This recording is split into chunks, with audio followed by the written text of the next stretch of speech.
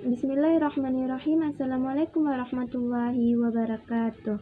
Alhamdulillahirabbil alamin. Wassalatu wassalamu ala asyrofil anbiya'i wal mursalin wa ala alihi washabihi rasulullahi ajmain. Asyhadu an la ilaha illallah wa asyhadu anna Muhammadar Rasulullah la nabiyya ba'da amma ba'du.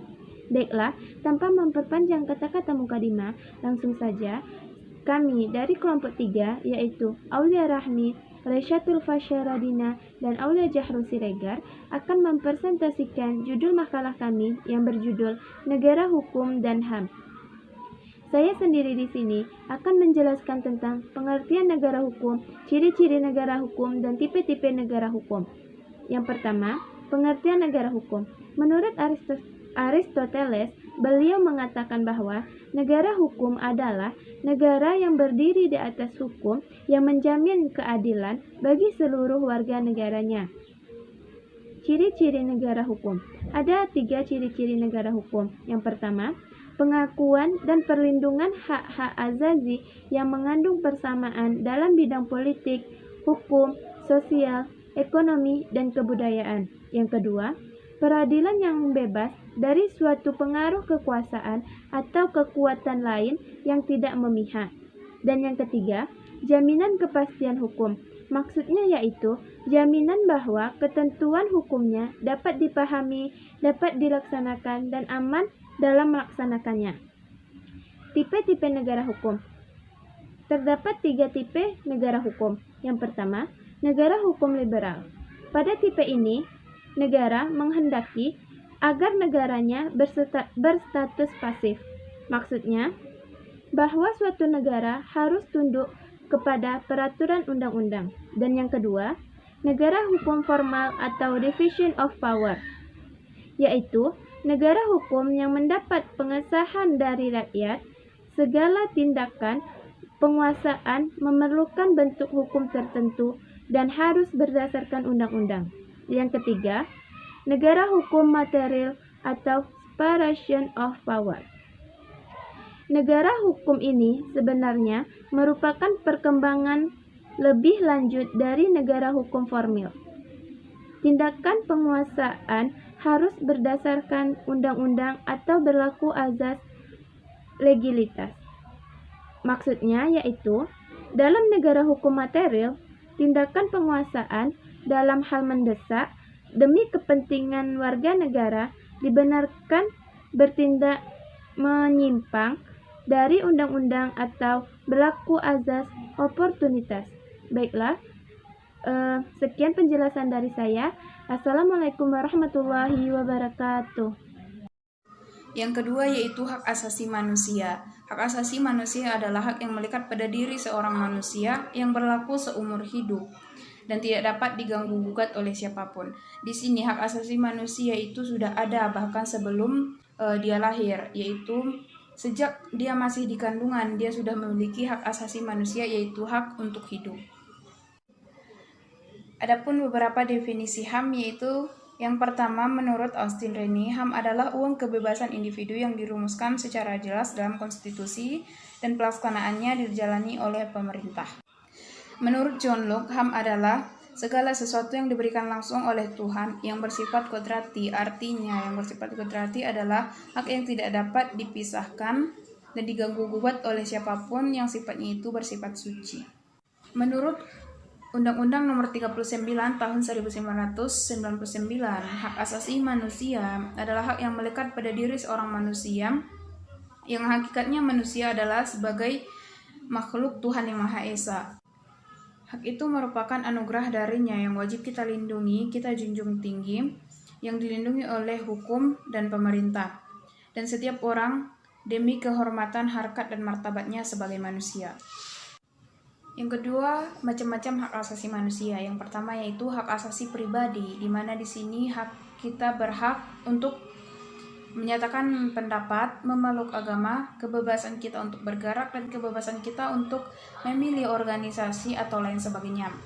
Yang kedua yaitu hak asasi ekonomi, di mana di sini kita berhak untuk memiliki, membeli, serta menjual dan juga memanfaatkan sesuatu dalam kebutuhan kita. Yang ketiga yaitu hak asasi politik, yaitu hak kita untuk ikut dalam pemerintahan, yaitu hak untuk dipilih dan memilih. Yang keempat yaitu hak asasi hukum, di mana di sini kita berhak mendapatkan perlakuan yang sama di mata hukum dan pemerintahan. Yang kelima yaitu hak asasi sosial dan budaya, di mana di sini masyarakat berhak untuk menentukan pendidikannya, kehidupan sosialnya seperti apa, dan juga berhak untuk mengembangkan kebudayaannya. Yang keenam yaitu hak asasi peradilan, di mana di sini kita ada hak untuk mendapatkan perlakuan tata cara peradilan dan perlindungan, yaitu peraturan dalam hal penangkapan, penggeledahan, dan juga penahanan. Baik, poin ketiga, dasar hukum hak asasi manusia di Indonesia. Dasar hukum yang dijadikan sebagai landasan dalam pemajuan dan perlindungan HAM di Indonesia terdapat dalam peraturan perundang-undangan. Peraturan perundang-undangan ini juga memiliki kelebihan dan kelemahannya. Kelebihannya yang dapat memberikan jaminan kepastian hukum yang sangat kuat karena perubahan dan atau penghapusan pasal-pasal dalam konstitusi seperti dalam ketatanegaraan di Indonesia dilakukan melalui proses amandemen dan atau referendum. Kelemahannya, dalam konstitusi hanya memuat aturan yang bersifat global, seperti ketentuan tentang HAM dalam Konstitusi Republik Indonesia. Kemudian, berbagai instrumen hak asasi manusia yang dimiliki oleh negara Republik Indonesia. Yang pertama, pengaturan HAM dalam Undang-Undang Dasar Negara Republik Indonesia tahun 1945, yaitu tentang jaminan atas pengakuan dan perlindungan HAM. Yang kedua, pengaturan hak asasi manusia dalam ketetapan MPR. Yang ketiga, pengaturan hak asasi manusia dalam undang-undang. Dan yang keempat, pengaturan hak asasi manusia dalam peraturan pemerintah dan keputusan presiden. Poin keempat, perkembangan hak asasi manusia di Indonesia. Perkembangan HAM di Indonesia terbagi menjadi beberapa periode. Yang pertama, periode sebelum kemerdekaan, yaitu pada tahun 1908 sampai dengan 1945. Lahirnya HAM di periode ini tidak lepas dari pelanggaran HAM yang dilakukan oleh penjajahan kolonial Belanda dan Jepang, sehingga muncullah pergerakan-pergerakan yang ingin membela HAM. Yang kedua, periode setelah kemerdekaan, yaitu periode setelah kemerdekaan ini terbagi menjadi beberapa periode. Yang pertama, periode awal pasca kemerdekaan, yaitu pada tahun 1945 sampai dengan 1950. Yang kedua, periode masa parlementer, yaitu pada tahun 1950 sampai dengan 1959. Yang ketiga, periode demokrasi terpimpin, yaitu pada tahun 1959 sampai dengan 1966. Kemudian periode Orde Baru, yaitu pada tahun 1966 sampai dengan 1998. Dan yang terakhir, periode pasca Orde Baru. 5. Hubungan negara hukum dengan hak asasi manusia. Suatu negara dapat dikatakan sebagai negara hukum apabila hak asasi manusia di dalam suatu negara tersebut terlindungi. Jika dalam suatu negara hak asasi manusianya tidak dilindungi, maka negara tersebut tidak dapat dikatakan sebagai negara hukum, tetapi negara tersebut adalah negara diktator dengan pemerintahan yang sangat otoriter. Hubungan hak asasi manusia dengan negara hukum bukan hanya hubungan dalam bentuk formal, dalam arti bahwa perlindungan hak asasi manusia merupakan ciri utama konsep negara hukum, tapi juga hubungan tersebut dilihat secara material. Hubungan secara material ini dilukiskan atau digambarkan dengan setiap sikap tindak penyelenggara negara harus bertumpu pada aturan hukum sebagai asas legalitas.